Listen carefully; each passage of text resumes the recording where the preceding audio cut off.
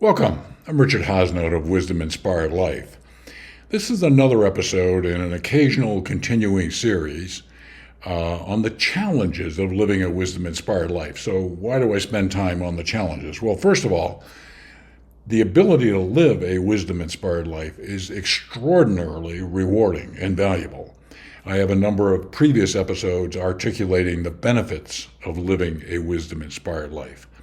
At its heart, a wisdom inspired life is one that is guided not by our ego, but by our soul. Our soul is that spark of divinity in all of us. Intuition is the voice of our soul, and our soul is the spark of divinity that exists in all of us. So it's where God influences our life directly. Okay? Well, that's where we need to get to, and it's the highest level of life that humans can live today, albeit it's challenging for many people, and I'm trying to articulate what those challenges are. In the two previous episodes, I talked about the importance of ignorance as a challenge and talked about the fact that even with the efforts and where I am in my own journey, I recognize that I am extraordinarily ignorant. The second part I talked about was ego, and ego is all about me and my and winning. And when you don't recognize that you're ignorant, and when you harness that to an ego that thinks it's always right, life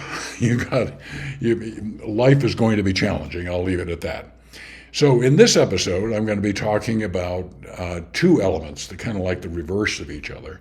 One is attachment, and it can be attachment to things, attachment to people, attachment to way of thinking. And on the other hand, aversion, namely, I don't like that, I don't like him or her, and I don't like that way of thinking, as examples, okay? Whenever we have attachment or aversion, we put ourselves in a very little box. And that box says, I believe this and this only, and don't confuse me with facts about anything else. I really know what I think I know. Don't try and convince me of doing anything different. And from my personal experience and from my broader experience in working with the great wisdom traditions, this makes it very difficult to proceed, especially when you realize and I spent as much time talking about ignorance, how ignorant we really, really are. And your ego has a hard time accepting that because ego likes to think, hey, I'm good, I'm strong, I'm all-knowing, I know what's right for me, sort of thing, okay?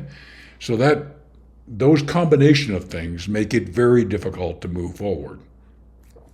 And what I have found is, as I look back several decades ago, when I was attached to a worldview, a world model, about thoughts about how life worked, I was very attached to that. And I had an aversion to alternative approaches. And it kept me in a very small box. I look back now and I go, wow, was I ignorant? Yes. Was I closed to change? Was I closed to opening up to new ways of thinking? You bet I was. I thought I knew what was right for me. I was unique and all that sort of thing. Well, so you take a look at the combination of ignorance, ego, attachment, and aversion, and you've got a rather toxic combination that keep you locked in pretty much where you are and difficult to progress. And having said that, how much opportunity do we have to progress?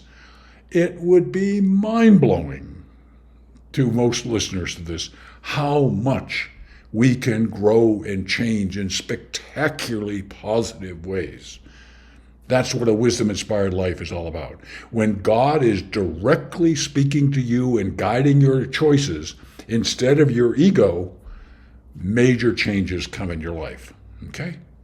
So I want to share with you a quote from Paramahansa Yogananda on this topic of attachment and aversion. It gives you some sense from a God-realized being, some perspective.